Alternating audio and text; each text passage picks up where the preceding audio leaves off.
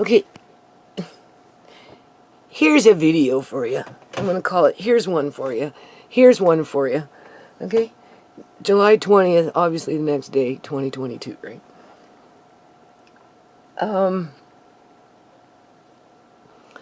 I just answered one of my viewers here that I have a rapport with somewhat in regards to just the whole situation around Amari and what happened. And she asked me if I knew what the phone, like why I was reported to MCFD. And honestly, I didn't start thinking about that until last night. It dawned on me last night when I laid down. I was just laying there resting, right? Because, you know, and I'm like, why did they even call? Right? It went from knowing nothing to getting the phone call from the social worker with the after hours saying she wanted to come by to the house, like right then and there. And I'm like, well, no, because I'm making plans to go to the hospital and I'm not coming back anytime soon once I get there, right? And then, you know, build in some sort of like shift work with Tisha.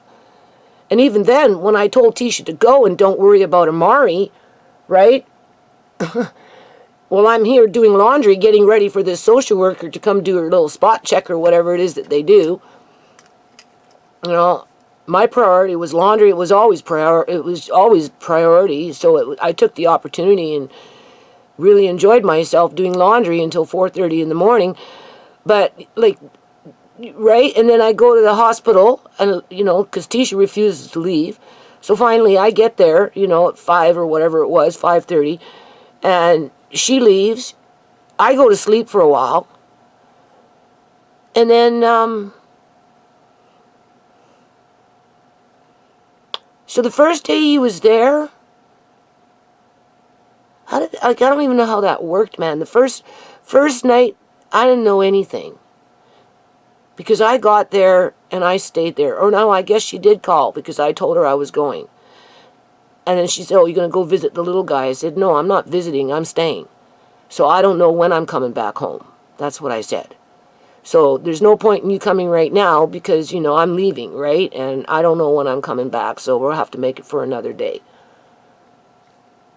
And she went to the hospital. I stayed. I ended up falling asleep. I got up, was there all morning, and got a phone call. I don't know what time. Anyway, you know, people, if you don't write this stuff as it happens, like, I'd have to sit and really stop and think about it. I just know that social worker ended up calling me there at the nurse's desk, and I just basically said that paramedic needed to be fired, okay? Because by that time it was already figured out in terms of, you know, right? And she wanted to come to the hospital and talk to me there. And I told her, no, you can wait till I get home, right? So anyway, that's not why I'm doing this video. I'm just making reference, like I'm just acknowledging that I, at this moment, don't know what was reported on me in terms of an accusation. I can only assume that it was the fact that I didn't have Amari's care card on me. Because on Friday, we thought Amari had an appointment at the Child's Development Center because through her text, it was stated for that day at that particular time. So Tisha went and took Amari on Friday to the appointment to find out only that the building was closed because it was a holiday, July 1st. But when she goes, oftentimes she'll take the care card. So she had the care card in her purse, right? And it's not the first time she's taken him, had the care card, and then forgot to give me back the care card, right? So then we did the birthday celebration on Saturday, and then Amari had the seizure on Sunday morning, okay? So by the time the paramedics showed up, I didn't have Amari's care card. And being that paramedic was bickering on about Shimei, and the reason as to why Amari looked the way and acted the way and is the way he is because of drugs that she did in her pregnancy, right? Versus, what I was saying in regards to, no, it was a botched C-section, and, like, who are you to tell me, right? And he, blah, blah, blah. And then we went on to the care card because I had to produce the care card to confirm who the patient was. And because I couldn't do that, he started getting curt with me and, well, why don't you have it? And I'm like, well, because my daughter took Mari to an appointment on Friday. I guess she forgot to give it to me. Well, and I'm like, oh, well, he's like, well, and I'm like, so next thing you know, I'm pulling out my court papers, right, for Mari in terms of I'm the one with the guardianship. If you really need to know anything, that's all you need to know, right, in regards to, like, ID, I guess you could say. And it's not like they're not familiar with Amari because he's already been to emergency through the ambulance when he was, when that first episode, right, with the constipation and stuff, right? And that was not even less than 6 months ago. So, and he was just using the care card as an excuse to get curt with me and rude with me and made me apologize. You know how they gaslight you to where you apologize. Oh, I'm sorry, I don't have it. Like, what can I do? Well, here's my court papers for court, and I've got my wallet, and I'm showing, and he's holding it, and he's, well, no, this isn't good enough. I need the care card. And I'm like, okay, well, Andre, go phone Auntie Tisha. I said, okay, care card, well, you need the number, right? So if I get you the number, will that be good enough? He goes, yeah. So I say, okay, Andre, go call Auntie Tisha and get the care card number for him. So Andre went off and did that, brought it out. I gave it to him. But the damage was already done, people, because he just came in with an attitude. That's it. He wanted to argue from the get-go, right? Soon after, I said, what's wrong with Amari? They're saying, oh, he's having a seizure. I said, oh, really, that's what a seizure looks like? Oh, really, that's what a seizure looks like? Oh, okay, And then that guy just jumped in on me, well, you need to give me some history. What's the background history? And I'm like, oh, right? And just whatever. So, no, I don't know what was reported on me outside of it went to the after-hours emergency child protection. And then they phoned me here before I had even gone to the hospital yet because Tisha was there, so, right? And she said she wanted to come over right then and there. And I'm like, no, I'm going to the hospital because I'm going to be with my grandson. And I don't know when I'm coming back. So I must have learned about it right away. Because I didn't get to the hospital until later on in the evening because Tisha said, no, let me stay. Let me do the first shift. That's what she was saying. Let me do the first shift. I've got the baby, but, I can be here until 9 o'clock or whatever it was that we had scheduled for me to come in. And that gave me time to just get whatever because I was locking up the house. She was going to take Andre from that point forward, and I was locking up the house. So, I wanted the cats outside, made sure the windows were locked, all this other crap. And I would have stayed there for as long as I could have, right? And I did. I got there, and I was there the whole night, and she didn't come back until after Alex got off work, and that was like around 6 or 7. And then I came home and started working on laundry. Pretty much. Until 4:30 in the morning.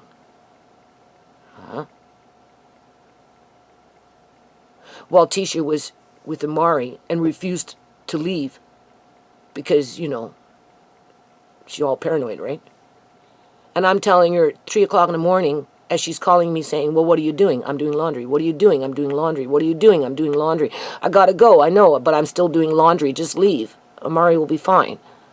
I was at that point comfortable enough to leave Amari where he was, even without Tisha in the room, because I personally didn't feel threatened because I know that I give it my all, right? And, nobody instigated Amari to have the seizure to where I can say, oh, you shot an energy weapon at my grandson when he was at the park. I know. And that's why he had the seizure, when we know that it has always been a possibility. So I wasn't on guard when I went in terms of on attack, right? Because you know, those people were dealing with the crises where the crises manifested here, right? Out of nowhere. Even though all of us know that there's a high probability that children with cerebral palsy, especially severely affected, do suffer from seizures. So after doing what they were doing, and I mean, even though I learned that I was because there was a time there that I didn't know about it. Like, when did I find out about the after hours? Because I went all day without knowing anything. Okay, and when I met the doctor, you know, he said, it was only one male. He said that they were giving him an antiviral, the antibacterial, because they took a bunch of tests, and if they had to say as to why he would have a seizure, one of the main reasons could be meningitis. But the problem with meningitis is if he has it and they don't treat it right away, it can escalate and spiral out of control, right? Whereas if they treat it before it's been fully diagnosed, they've got that base covered. But that boils back down to that preventative medicine, to which, you know, I suppose in some instances it's reasonable, but in other instances it can go to the extreme and become potentially dangerous for the patient, because, you know, they become a pincushion to all these procedures that they don't need, right? Or medications or whatever. So, but at that time when Tisha was bugging me when I was doing the laundry, well, obviously I knew social workers were involved at that point, right? But I didn't feel threatened enough where I couldn't leave Amari as a guardian to Amari, because I didn't feel like I had lost my guardianship at that point. Because even if they, well, technically they did, but if they would have taken it further down the road, they'd be fighting with me in court. And I mean, like, it shouldn't have to come to that for the benefit of Amari. We've been through all that already. I don't know how to explain it other than, do they really want 22 court cases later with a blind woman? Is it a slam dunk for the provincial court to, oh, you're blind, you can't have Amari no more, sealed, done, sealed, done. I just didn't feel threatened in any capacity. Outside of, Tisha was hyperventilating over it because her brain is younger, and, you know, that cortisol is still going in her brain. Hold on a minute, I got water boiling here, just wait a minute. Okay, such as sliced mozzarella ball, out of stock, as well as all Land of Lakes butter with olive oil. This is what's going on. Vegetables now on sale for $2 for $2.50. Yikes! It's definitely gradual here, but so noticeable since I've been out. That's in Fayetteville, North Carolina. Lida L says, talked to my cousin who owns a grocery store today. He said all the veteran truck drivers are quitting because of over-the-top regulations and fuel prices. This is in the States. No one wants to work a warehouse job, not enough wages earned. A load could be scheduled to come in at 5 a.m. on Monday, and it might show up by Tuesday or Wednesday. He's looked for 2 years to hire a butcher. He can't get one. He had a training day for 4 people scheduled for new hires. One showed up. One called in informing him what hours she was willing to work, 8 to 5 with no weekends, or she didn't want the job. He also said almost no one under 50 understands that you show up for work every day and you give it your all. Okay, so this is a fella on YouTube who calls himself the Popular Preparedness. Okay? And what he does is he does these updates fairly regularly, weekly, sometimes daily, in regards to what's going on in the different states in the United States, as people come in with, you know, this is what's going on in my state, this is what's going on in my area, blah, blah, blah, blah. He talked a little bit about, oh, geez, I can't remember, Africa, with one of those countries where their oil refineries are shut down for whatever reason, and all they have left to fill the quota of 1/5, they only fill 1/5 of the population's needs in regards to a oil that's, or a byproduct, like some kind of a oil product that's created from coal versus actual oil, quote unquote. And therefore, it's going to be a big kerfuffle soon because, there's no means for it to be replenished once the oil reserves are gone. But he normally talks about what goes on in the States through the emails that are sent to him from his viewership that talk about what's going on in their local neighborhood. Like me, I live in Surrey, British Columbia, Canada. If you go to Nestor's, it looks like it's ready to shut down because a third of their shelves are either empty or sparsely, arranged. Okay, so you might have 3 or 4 things in front, but nothing behind it, and so on and so on, with a gap, with maybe something well stocked, but then the next item, there's just 5 things with nothing behind it, right? But then if you go to a Canadian Superstore, it's like walking into the past, where before all these issues came about, there was an abundance of everything, which can give you a false illusion when you look outside the box and as to what's going on in other countries. In this case, this would be the United States of America and the various states and blah, blah, blah. Right? So, more of the same out there, folks. Right? So just because it's not happening to you in the immediate, in terms of what you are hearing on the internet, doesn't mean that it can't happen at some point in the future. And these are the things that we should keep in mind. Even though Canada is insulated from a lot of this to some degree, for whatever reason, it doesn't mean that whatever we're going through isn't going to get worse. And there might come a day where Nestor's does close and Superstore is only filled to 2/3 of its capacity with a lineup waiting to get in. Okay? Cassidy D says, what we are going through in Oklahoma right now, this is a farmer, the drought is horrible. Tomorrow the high for us, this is Oklahoma, right? Okay. Northwest Oklahoma.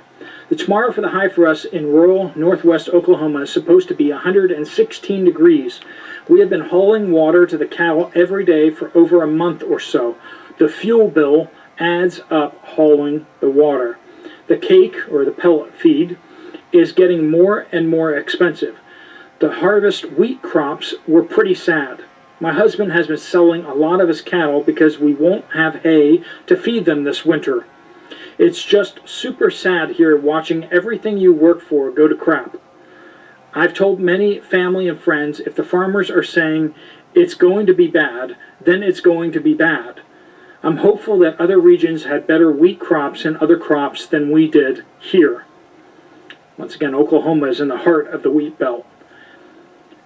Afraid you can't? Okay.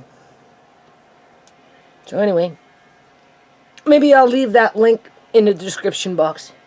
And if you want, you can go listen to it yourself. And if you haven't subscribed to this person and you just kind of want to stay in the loop, right, you can subscribe. Okay, so what was I talking about? Let's get back on. Okay, now I know I was rattling on about what was going on with Amari, and it came to my attention. Somebody asked me, "Do you know why they called?" And you know what? I never even really thought about it until last night for whatever reason. I've been thinking about getting potatoes in the ground, get that little bit of extra organic, quote unquote, food in the ground that I know that more than likely will grow. I definitely want it. Today, for example, my son's doing the reason I turned on this video is because I kind of wanted to talk about my son and the situation that I'm in with him clearing out the basement and how I'm feeling about that. But I first addressed what happened with Amari, and it didn't dawn on me until last night that I don't even know why I was reported. Honestly, I don't. At some point, I will ask to find out why. I mean, I could phone and ask, but it's not a priority in my life right now. So, you know, sooner or later I'll find out. And, like, for me, it's pretty plain to see in terms of the guy had a bad attitude the moment he showed up at the doorstep, wanted to argue not once but twice, right? Turned it into a pissing contest, showed me who was boss, and stuck it to me, right? That's right. Now, whether he was sticking up for his buddies that did what they did to Shimei's body, I don't know. Maybe the guy was just a freaking asshole and was having a bad day and took it out on me through displaced anger. I don't know. I mean, there's lots of things I could be thinking about as to why he did it, right? And, I'm just right now, people taking it one day at a time. And like I said, my priority was obviously when Amari had the seizure, deal with that to the best of my ability, to which I did, right? And then, of course, we're on a time schedule when it comes to food, quote unquote, food, right? And, I already had the organic potatoes, to which I still have a bag from the grocery store of organic potatoes that if I took the time today, and I just might do it, I can pop those into the ground too, and perhaps, like, honestly, I don't care if they come out 5 little ones at a time. For the amount of potatoes that I have planted in this yard, I'd get a big bounty of baby potatoes. I mean, sure, who wouldn't want bigger potatoes? But in light of everything, I'd rather a whole bunch of baby potatoes than no potatoes. Save myself a little bit of money in the grocery store. Why not? If I didn't have the land, then obviously it wouldn't be an issue. But because I do, I feel compelled. Right? And in light of what I'm hearing across the continent and in other countries, I would be stupid. I would be a very foolish woman not to attempt to build up my food supply at no cost to me other than a few potatoes that I bought, whether in the grocery store organic or whether I got them as seed potatoes at the superstore and picked up the last 3 bags, even though it's getting late in the season to plant them. So once you get to that point, you get them home, then the urgency becomes, gotta get them in the ground, gotta get them in the ground, gotta get them in the ground. I didn't even think about why that dude called. I already figured out why he called. Right? He used some lame excuse. Right? Thinking what? He was helping me? Was he helping me? Or was he protecting himself and his crew? His reputation in terms of a paramedic and what they're capable of doing when nobody's looking. Right? I don't want to, Okay, so anyway, let's just move along. Right. So, my son has been a happy-go-lucky camper here. Just, the reason I turned on this video, and I'm saying, like, here's a video for you. Okay. We know that we live in a time where we've got a lot of mantra, chatter, where people are just spouting off at the mouth. You need to downsize. You need to become a minimalist and have nothing in your life, get used to it. You need to do this to make room for all the, I guess, immigrants moving into the country and into the province so that they can have what you had, although you're not allowed to have it anymore. They're allowed to come in and get what they can get, but you're expected to get rid of everything for that to happen for them. Okay? Like my landlady says, this will be the last house in terms of quote-unquote size, which is not a very big house. It's like an old bungalow, 2-story old bungalow, nothing more, nothing less, right? But in her mind, knowing what's going on in the economy with the housing market, right, whether she acknowledges the corruption or not, she knows that I can't leave this house and pay $4,500, or is that now $5,000 a month for the same kind of house after I leave this house? So therefore, sell off your books at $2 a book. Don't have that. Get rid of it. You need to get rid of it. You know, I don't want to see you get hurt when the time comes and the rug is pulled out from underneath your feet and you're going to lose it all. So better to get rid of it now, because sooner or later you're going to move from this house and you're going to downsize because you can't afford to be even at the same level that you're at right now when you jump the house. Once I jump the house, I go from 1950 to 4,500 or more. That's a big gap. And versus dealing with the corruption that creates that gap, because there's too many people over there collecting that money at $4,500, $5,000 a month, benefiting from that corruption, and have somehow removed themselves from it, saying it's just business. Well, my son is kind of on the same bandwagon. Mom, you got to get rid of this, and you're never going to have another house that, you know, because like the videos. We got all these videos. Anya and I, we found a whole bunch of videos. You know, whatever. I got tons and tons of videos. And he wants to keep them so that one day, you know, he can have for himself, just for whatever reason, like collectors. You know, he loves them, right?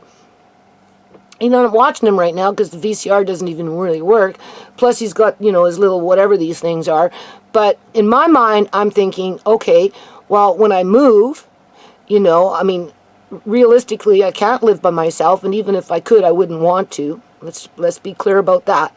So I'm putting pressure on one of my kids. I'm not sure which one I'm going to live with, but when it comes time to leave this house, I can almost guarantee you I'll be living with one of them. I would prefer to live with my daughter than with my burly son, because my son can get burly and he hurts my feelings. And his concept of the world, I guess you could say, is different than my concept, right? So, you know, we butt heads. But the point is, when I do leave, in my mind, we're going to have a rumpus room. Because personally, at 60 years old, I, myself, as a grown adult, a mature woman, I'm getting tired of having all these children's toys and, you know, those kind of things, right, around me, because of my living space being so small. But yet I've got children from, you know, different ages with different needs, and, you know, so it's just, you know, it's just up in my face all the time. Like, you know, what can I find here that I can simply show you how easy it is to grab a freaking toy? Well, I don't have anything currently right here that I can see, but they're all over the place. All those kind of things, you know, like the painting easels in the X Club, and, you know, some of these musical instruments, definitely the cassette decks with a VCR and a nice TV used as a, you know, like a rumpus room, like the good old days. My son, oh, you'll never have a rumpus room. I don't know why you can't get that through your head. It's the sign of the times, Mom. You're not going to have what you have right now. And it just makes me think of my landlady. And I'm like, why you talk like that? You don't know what's going to happen in the future. You just don't know. And why would you wish that upon me? Why should I have to give away my stuff, people, for whatever reason, in terms of sell it, chuck it, give it away, leave it on the street, whatever it is, just to accommodate other people's greed and corruption, so that I can continue to be abused without saying anything about it? Because if the shoe was on the other foot and my landlady had to sell her monster home and downsize back into an old bungalow with her family members, she wouldn't want to do that. So how could she possibly expect me to do that? And she's doing that so that some other immigrant family from Ukraine can move into that house that she just gave up. My landlady got to move out of her monster home that she finally got in her 80s, well, late 70s, her dream home. That's what she did. She finally got her dream home just as she was coming into age 80, right? She worked hard for it. I agree she did, but in those days, buying houses was a whole lot more easier for up-and-coming families than it is today, which she fails to acknowledge because she's comfortable with the high wheeling and dealings that are going on in the housing market right now when in terms of the overinflating of the property prices, the overinflation of the rent gouging, all that other stuff, just so that she can sustain herself where she's at because in her mind she earned it, to which she did, because she didn't get her a monster home until she was almost 80. She would have been like 78 or 79. They built that like 4 or 5 years ago, right? And I've been here for 12 years. And she's what, 80, 81 now or something like that? I think something like that. I can't remember. I don't write these things down. So, no, sorry, Mrs. Gill, you gotta get out of that house. You need to sell and get rid of your stuff. Get rid of your 12 chair dining room table times 2. Get rid of your big flat screen TVs that you got hanging up on your wall. Get rid of everything and go back to that little house over there where you came from and be satisfied and be happy that you gave up all of that just so that you can have less. If you expect it from me, then you do it and then come back and tell me how you feel. Because I wouldn't expect you to do it just so that some other foreign family can come in on subsidy programs, federal, provincial, and municipal programs, and move into your house that you sacrificed for them as you now are back to where you started from. It's like, but when you're like me, without the asset in terms of, I don't own the house, whereas my landlady owns her house, but it's the principle, right? Everybody's running on the principle. You're going to have less. Get rid of your stuff. Get used to it. Better do it now than later. Sooner or later, it's going to hit you, in the face. And you're going to have no choice but to accept it. So, that's kind of like how my son talks to me, right? Oh, well, get rid of this and get rid of that. And then, last couple of days, he's been like really gung-ho, doing a good job. Don't get me wrong. I'm really happy with him. I'm proud of him. He's working hard. And, I'm like, it's like a whole new man, right? And I'm like, yes, right? You're doing a good job, Judy, as a parent. But then on the other hand, I'm like biting my tongue because, my shit's being flushed out of the basement with really me no place to put it. And that's where the insensitivity part of it comes in. Well, it's just a playpen. And I'm like, yeah, well, maybe it's not important to you, but it's important to me, and it can't stay out in the garage. And now that you've thrown it out of the basement, where am I going to put it? Because it's not like I can bring it upstairs. So it's creating issues for me, right? Like with those casters, right? He went into drawers, took out. I said, "Did you take out what you wanted?" He goes, "Yeah." I said, "Well, what did you find?" Because it was just miscellaneous stuff in case you need it, right? When you live in a house, you need paintbrushes sometimes, and you need this sometimes you need curtain hooks, and, depending on what it is, right? If you lived in a house for any length of time, you need these things sooner or later, right? And especially if you move and start fresh. The last thing you want to be doing is going to some store buying curtain hooks when you already have them. So that's what's sitting in the drawer. I said, "So you went through the drawers, you took what you wanted?" He goes, "Yeah." I said, "Okay, so what did you take?" "I took some paintbrushes and some lights." I said, "Oh, okay, that's good, right? Whatever, right? At least it's being used. And, I'll worry about the other stuff later because Tisha's coming over and we're going to pick up where you guys are leaving off, right? Because, I haven't been bothering him. I've just been letting him do his own thing down there, trying to, not feel dead. Not feel dead. So I'm like, okay, you got to do a video on this because you've been listening to this natter all these years. Get rid of your stuff, downsize, get used to it. You're not gonna have never have a house like this again, and blah blah blah. But yet I'm expected to provide proper housing for Amari, but yet I'm being told that I can't because I can never afford it, and yet nobody's doing anything about the corruption. If anything, they're just adding on to it by making false reports and bringing in more people to cause more trouble, right, or whatever, right? So it's like, right? And then I'm like, okay, and I'm watching my son doing what he's doing, and and I'm biting my tongue, and I'm trying not to feel threatened, and I'm trying not to feel unloved. I'm trying not to feel pillaged. you know? And then I'm starting to think about the Scrooge, right? At Christmas time with, you know, that story, right? And you know, he's laying on his deathbed as he's dreaming, and the people around him are stealing, you know, his stuff, right? And I'm like, well, maybe you're in a Scrooge situation where you're dead and you just don't know it yet. Now there's a video for you. Like, is it possible to be dead and let's not know that you're dead and watch your shit being pillaged? Because that's how it feels to me, people. And then, now we're in the laundry room, and he's going to move Shimei's piano into the laundry room because I don't want to give it away. So he's cutting me some slack there, and we're going to move it into the laundry room.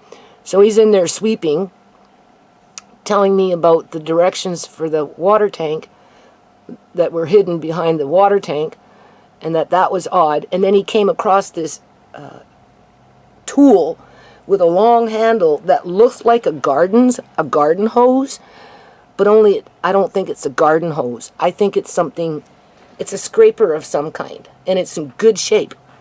Now, do I need a scraper at this point in life? No, I don't. But it would be foolish for me just to toss it out in the garage and leave it there for any length of time to let the elements eat at the wood, you know, right? Right? Or to have somebody come in and maybe steal it, or to have it get knocked over and then stepped on and broken. So I'm like, now I'm grumbling now, right? Because I've been biting my tongue. I haven't been saying anything. I've just been trying to go with the flow here, right? Bend with the wind, you know? I'm just bending with the wind. And I said, well, you know, this needs to stay inside. And it goes, it doesn't need to be in here, you know, it gets junk. Just, no, who is it? You know, you don't need that. What do you need it for? You know, get rid of it. And that's what I mean. Like, you know, it makes me feel like I'm already dead. Like, you're treating me like I'm fucking dead. I said, well, you can put it behind where the water tank, there's already stuff there.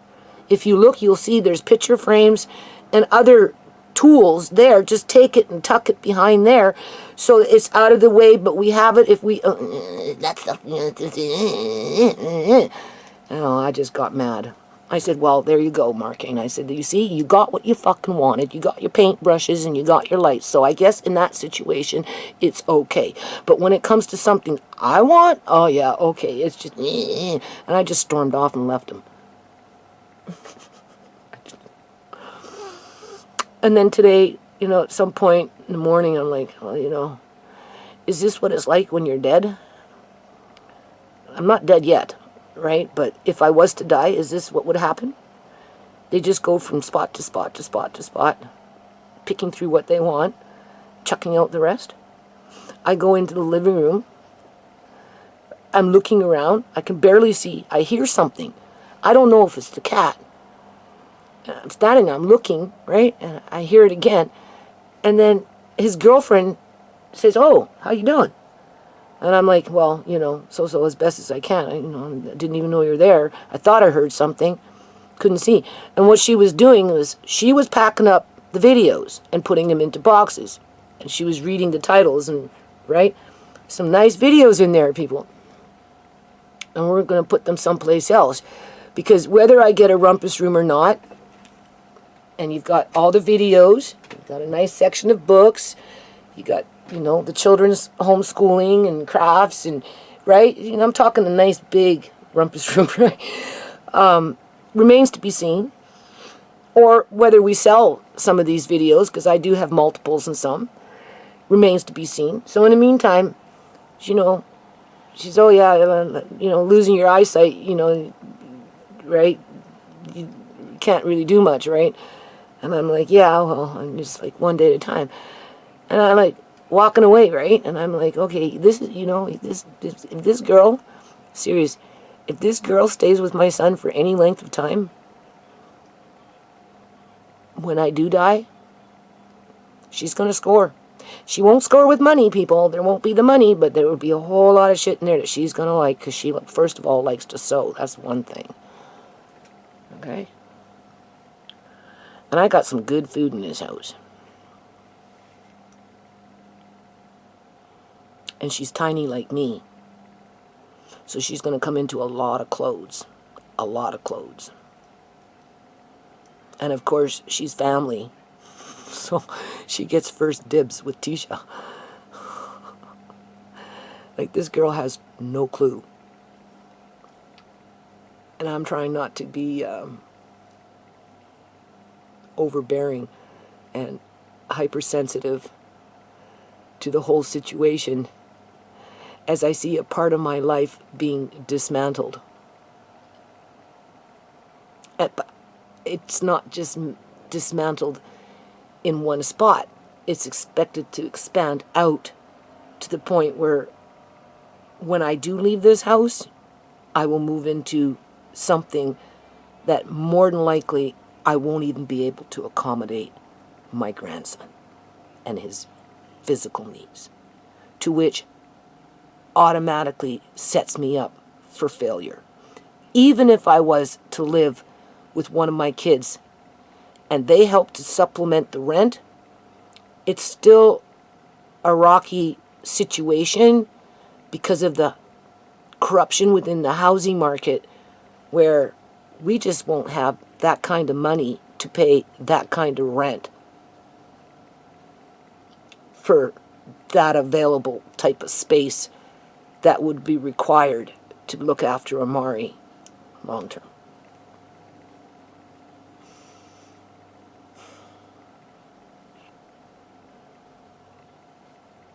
But of course, you don't live in fear. You plan for a day when you have a rumpus room and hope that you have one. In terms of, no, we're not donating those VCRs. We're going to stick them over there, put them away, and on a rainy day, when we have more time, we'll go through them. We'll figure out which ones we really want. If we've got doubles, for sure we'll sell them, or whatever. And by the time Andre turns 19 years old, those things will still be around to some degree. And if we never did ever get the rumpus room, well, he can take them on his own and still have them. And think of Nana, assuming that I'm alive in 8 years from now. Other than that, I don't know. I'm like, okay, so this is what it's like when you're dead and they start going through your stuff. I'm just getting a little taste of it, right? I'm not dead yet, but I can see how they would approach the problem. In terms of, oh God, how many books does Mom have? Let us begin to count. I have a lot of books. But books aren't the priority just yet. In terms of some of them, I don't know. If I had more time, could see better, have more energy, whatever. I mean, there's things I want to do, but it's just enough for me to keep up with the pace that I'm on. So basically, what's going to happen today is I'm having more of two things. More of an inside day in terms of, laundry, right? Because I have things to hang up and get back to washing, and we're getting into the playroom because now I have time to go in there and, pick away at that, and right. But I definitely have to go out in the yard. This yard stuff really burns me out. But I made a promise that I'd spend more time in the yard this year. My son is doing fine. He doesn't need me down there poking around with an attitude. So just leave him alone. It's running smooth. It's nothing I can't handle, right? And Tisha's going to come in the next couple of days. Little Kyrie's not feeling that good right now. So she's just focusing on Kyrie. He had his shots a month ago, right? And you know how that can go sometimes, eh? And then when she gets here, we're going to get into the small bathroom up here. I'm going to make it fun. And we're going to pull out my cake pans. And I've got these beautiful, beautiful, oh, you don't know how beautiful they are, cookie sheets that I bought back in the day in my Value Village days with YouTube videos on mine. Okay, people, look at this beautiful baking pan. This is what we're going to make. feature that on a YouTube video. When I bought those things, that was kind of on my mind, right? It wasn't that I needed them per se, as I was, I was trying to make the videos interesting to some degree.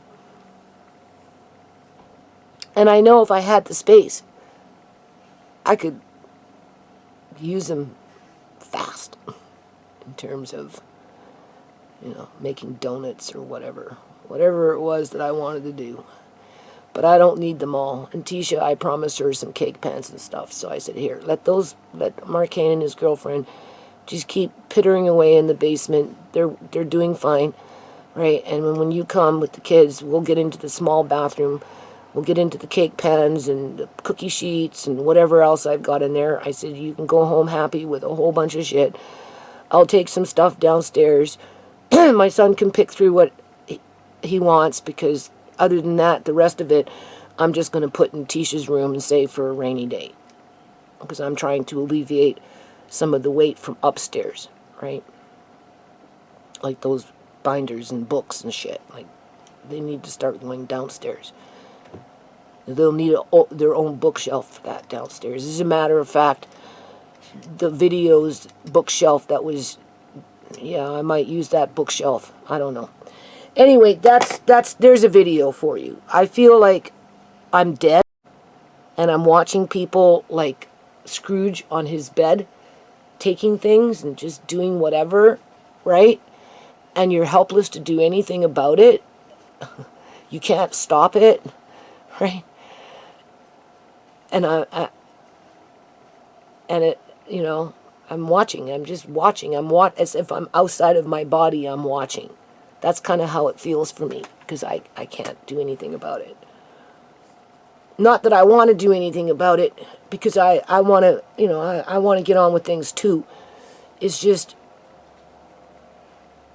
I'm not in a position to replace casters or a scraper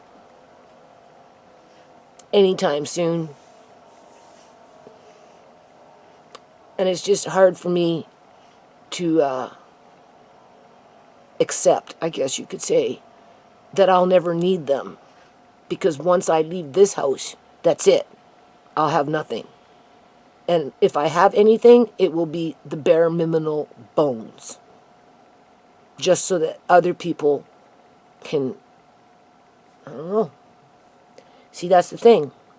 My son is clearing out the basement so that he can work on his life and accumulate things for his life as he gets rid of my life. These people that run these immigrants through a form of human trafficking at the expense of taxpayers, bring them in with the idea that they can build on their lives and accumulate things, but yet I'm expected to get rid of my stuff so that they can move into a house like mine and accumulate things for themselves. Well, I lost everything through that process.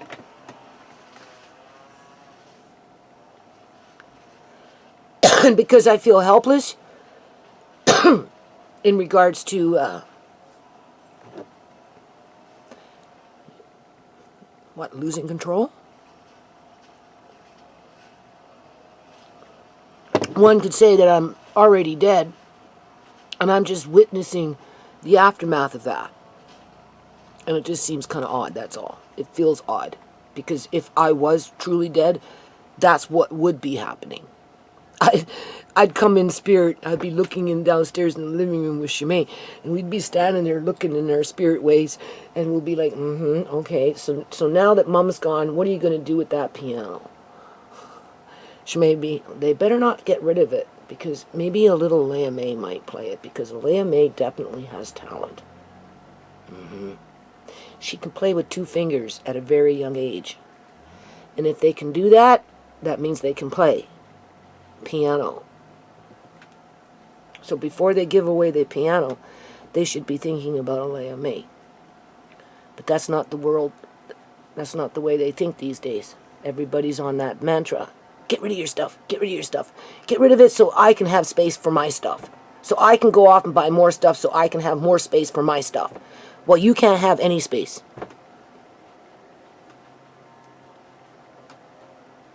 Yeah. So that's it. That's the video. If that made any sense, I don't even know if that made sense. Okay? It just feels weird. That's all. I'm just feeling like, okay, well, do what you want. That's what I'm telling myself. Right? Do what you want, you know? It's going to be what it's going to be in that basement. It's nothing I can't fix in terms of, okay, you don't want the casters there, I'll move them someplace else. I already got a place for them. And if I ever need casters, or if you ever need casters, son, I'll know exactly where they are. So, right? And other than that, though, I think I'm just going to get into those cookie sheets and pie pans and cake pans and give a whole bunch to Tisha, whatever she wants. Give a few to my son, whatever he wants. And then I'm going to just stash the rest of them downstairs in the basement if I ever want to do a YouTube video around those items. Because I basically bought them for that purpose. First, before I bought them in terms of I needed them. Or I've had them for like 45 years. I got cake pans that I've had for like 45 years. I probably got some of my mother's original cake pans for all I know. Right? And you have to remember, I used to, when my kids were young, I'd do like 50 pies at one time. Did that with my son. And so, I have stacks so that, or TV dinners, so that, you want to make and fill up the deep freeze because you got a bounty of apples. Well, I've got them. I don't know where they are. They're around the house somewhere. Maybe they're in the bathroom, just stored away. Something like that. They can go downstairs because you never know when you might want to make 25 to 50 pies. It could be a chicken pot pie. Could be beef. Oh, I just thought, and they love it too. But when I do stuff like this, you know what my son does? He raids me. I got those turkeys. I could make turkey pot pie. Yeah. Make like 25 of them. And if I gave my son 10 or 12 or whatever, gave him half, he'd eat them all. And then he'd start looking for mine. Eat mine if he thought he could get away with it. But they're so good. So, he's not going to want 25 cake pans in the kitchen taking up cupboard space. But he wouldn't mind if I put them in Tisha's room and save them for a rainy day. So that's where I'm at with things. And then, of course, in the next week or two, probably 2 weeks, I'll shoot for 2 weeks. We're just going to have a couple of little mini garage sales out in the front. I'm not bringing out no DJ equipment. I wanted to, but it's just too much work and I'm too tired. So the kids can have a little bit of a yard sale there for a couple of 2, 3, 4 days before the end of summer. And maybe I can bring out the painting easel and bring out the tempera paint. I've got the paper and, have Tisha come by with the kids that day, right? And they can sell lemonade, the boys, right? Whatever. I do have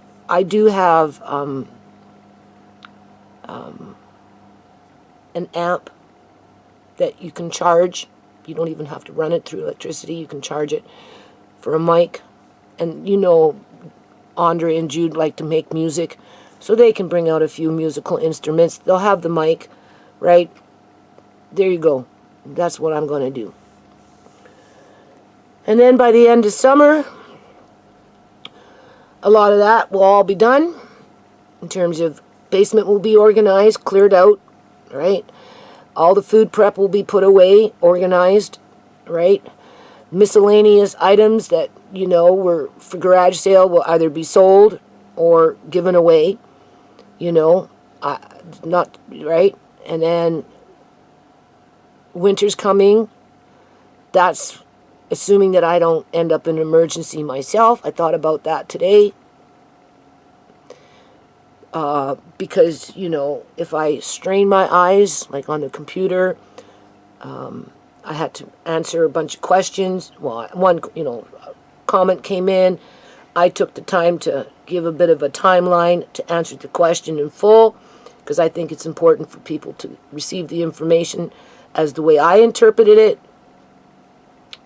And, you know, started after I did all that, and you can see I got light blaring and light blaring. You know, lights are blaring, but nothing is bright for me.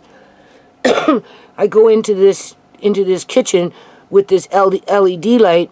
I can barely see anything, so I need to turn off some lights and let my eyes rest for a while. And then I'm going to go outside in sunlight, daylight, and I'm going to continue doing what little things that need to be planted, because I've got a few onions. I've got a horseradish. I am going to clear out a few more things from the X Club, because I do want to set up a little hydroponic system. I think it's important for the learning exercise. Do I expect to grow anything successfully? Well, maybe some things to some degree, yes. Like peas can probably grow, you know, to some degree. So, you know, it's just a matter of how I'm going to set it up in there. In terms of racks, I'm thinking to order something maybe on Amazon. I'd have to measure it first, and then I can just put the metal rack and work with the metal racks with the light in the middle or something. I don't know. So I'm going to pull out a couple of things and get it ready to build on it just for the learning exercise. You know, and for fun.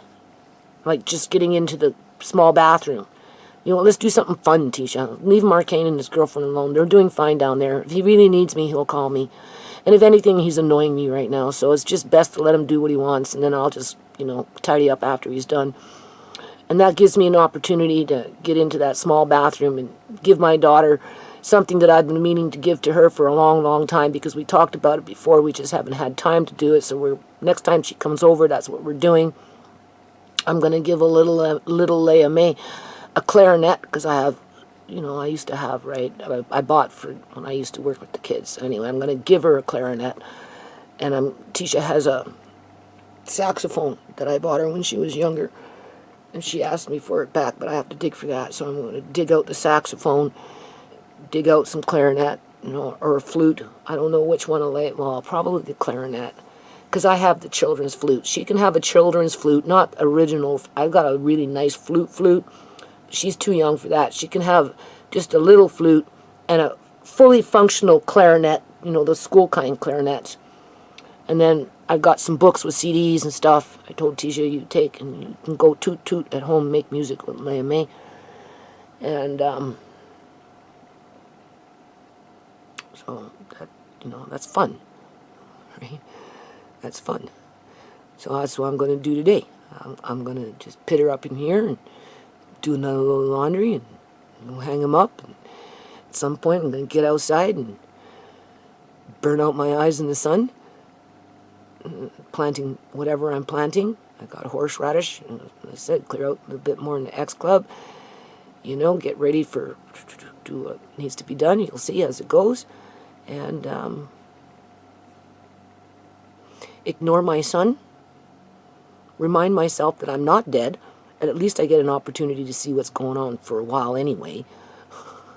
Right? But if I was dead, that's what it would look like. And you're not the first person. Scrooge went through it too. Right? And I was firm when I told my son, no, we're not getting rid of those VCRs. First of all, Andre wants them.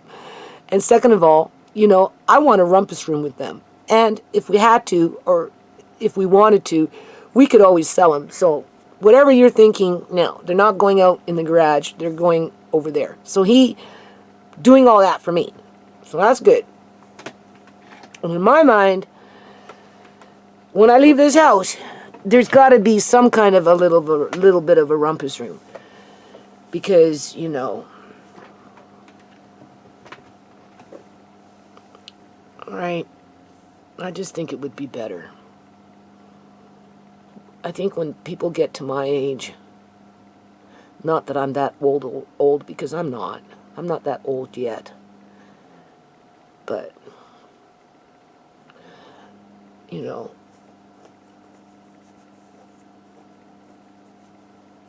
I don't like my living room being used as a playroom, and that's all it's ever been.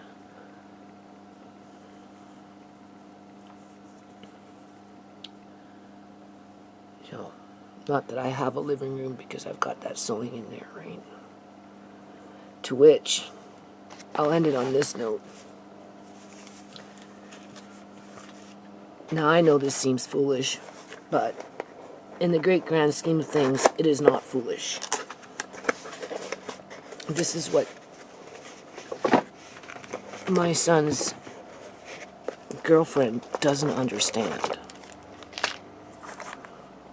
Not that she has to understand, but when I go, boy, oh boy, oh boy,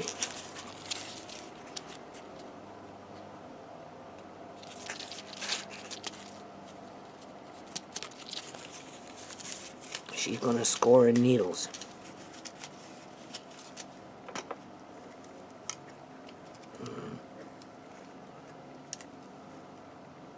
Because in my mind, for as blind as I am, I figure once I get caught up with a little bit of shit, I'm going to be at my sewing machine sewing away like a busybody.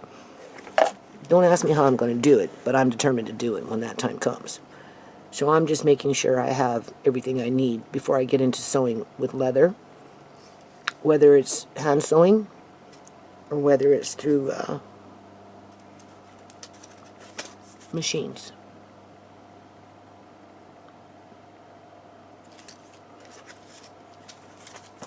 I Googled on Fabricland, went onto their website, and tried to see if they're even selling these things right now. This brand, this is a good brand of sewing needles, okay? They didn't even have them. I don't know what they're selling them at, even if they did. I just know back in the day when I used to buy them like water, because I did a lot of sewing with spandex and elastics and that kind of stuff when I worked with the dancers, or any kind of fabric really. I went sequins. I went through a lot of needles running sequins. Okay, so being in my mind, I want to get back on that bandwagon at some point and have more of a more quote unquote normal life. You know, and get learning. You know, get to teaching Tisha how to sew certain things or whatever. I don't care what it is. I just wanted to stock up on needles. It's just some of them.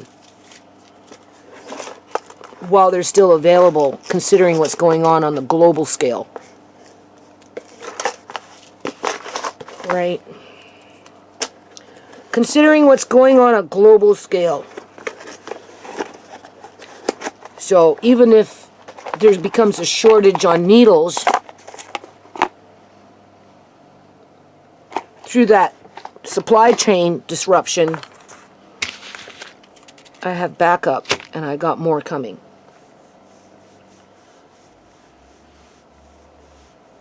So,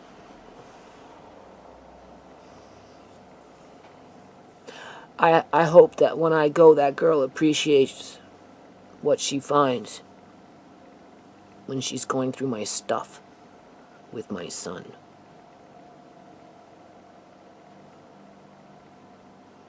Because that's kind of how it feels. I feel like I've died and I just haven't realized it, but I'm able to watch what people are doing around me. Only because it's been knocked into my head so many times that I'm not supposed to have anything and that I better be prepared to get rid of my fucking shit, because I'll never have what I have now, and anything that I do own, I'm not deserving to have it, because I gotta make way for somebody else to have it for themselves.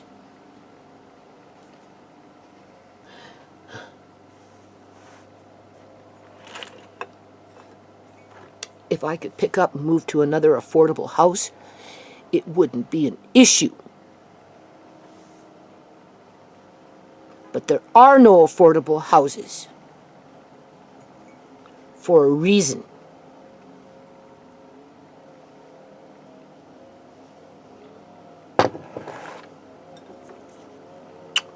Anyway, that's the end of this video.